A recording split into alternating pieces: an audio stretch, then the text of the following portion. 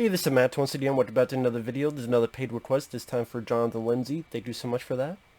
For those that just requesting pretty much any type of videos or topics or reactions or re-reviews or commentaries or anything in between, feel free to send them either directly to my PayPal or join my Patreon. Both links are down below in the info box. And Jonathan Lindsey requested another Batman the Animated Series episode, this time called Moon of the Wolf, which is kind of pretty much a werewolf episode, which is interesting. Because you come to find out that there's this guy who Bruce Wayne kind of knows, but it's a guy who's very much obsessed with his physical performance, especially for these upcoming Olympic-style events. So he meets this other guy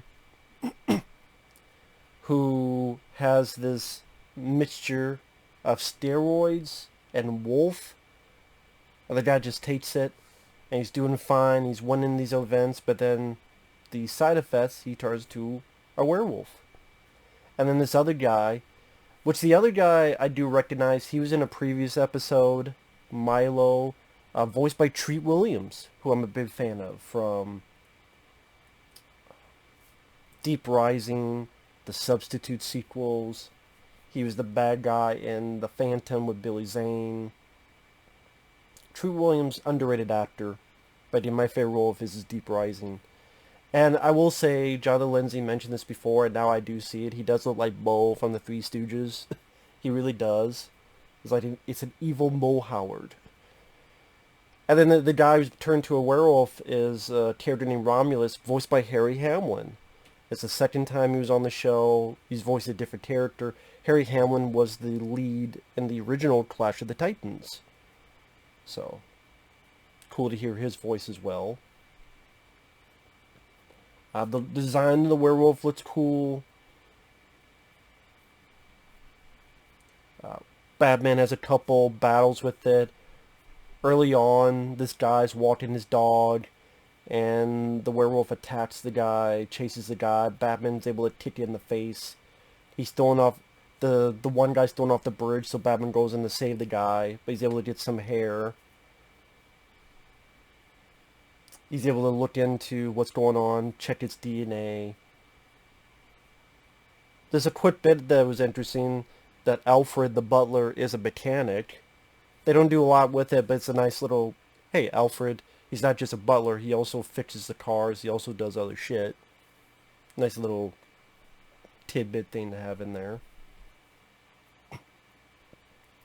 Well, that leads to another. Batman gets knocked out by gas, and the Harry Hamlin's character, again, he's being forced by Treat Williams' character.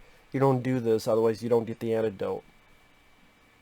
So, of course, Harry Hamlin turns to the werewolf and says, fuck it, I'm going to get it anyway, I'm going to fuck your shit up. And it goes after asshole Mo Howard. It goes after Treat Williams' character. Thing with the music,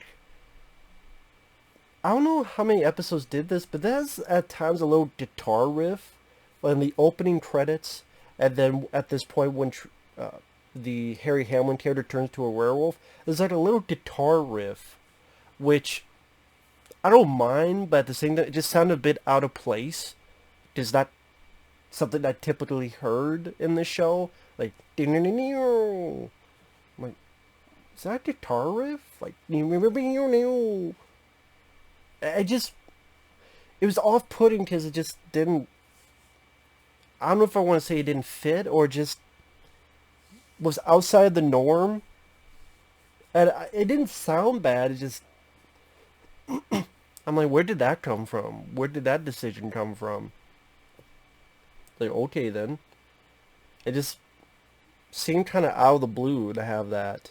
And yeah, it happened like twice at the opening credits and then this point where he turns to a werewolf. And, he knocks out the Treat Williams character, goes after Batman. Batman's able to escape out of his chains. Decent fight. He's beating him with a piece of board. Getting up top.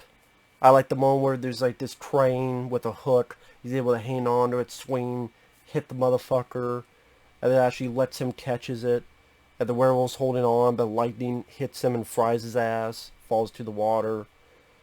There's some nice animated shots where Batman's standing there and you have the lightning flashing behind him. That's very cool. I also thought it was interesting that no one, including Batman, really ever finds out that this guy was the werewolf. I think he knew he was a bad guy because he was there when Batman was knocked out with gas. But I don't think anyone, including Batman, ever figured out that this guy was a werewolf. Because Batman never mentions it afterward. No one else mentions it. So I don't know why I found that interesting. Because usually it's like, okay, Batman's going to find out who it is and find a cure, something of that nature. That's not the case. It just didn't happen. So I don't know if it's a character that will come back or had a possibility of coming back. I don't know. Maybe. I don't think he does, but oh, just, you know, interesting to have a little bit of a werewolf story mixed in there. Did never take a fucking mixture of steroids and wolf. Not gonna end well. Guy should have known better. He fucked up. He fucked up royally. Did nice to hear Treat Williams again, because I'm a fan. Same with Harry Hamlin. Batman got to kick a little bit of ass, werewolf ass. You know, animation, like I said, the lightning flashes and such were nice to look at.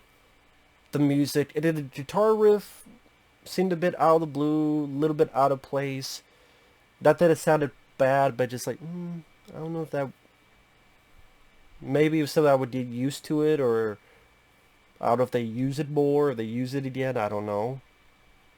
Just maybe go, why this episode did they use a guitar riff? Why this episode? Just by chance? Just because? But overall I didn't mind it. The design of the werewolf, I didn't mind. Yeah, there's really not much bad I could say about it. So, with that said, yeah, pretty decent episode. So, thanks for watching. Take care. We'll see you guys later. Bye-bye.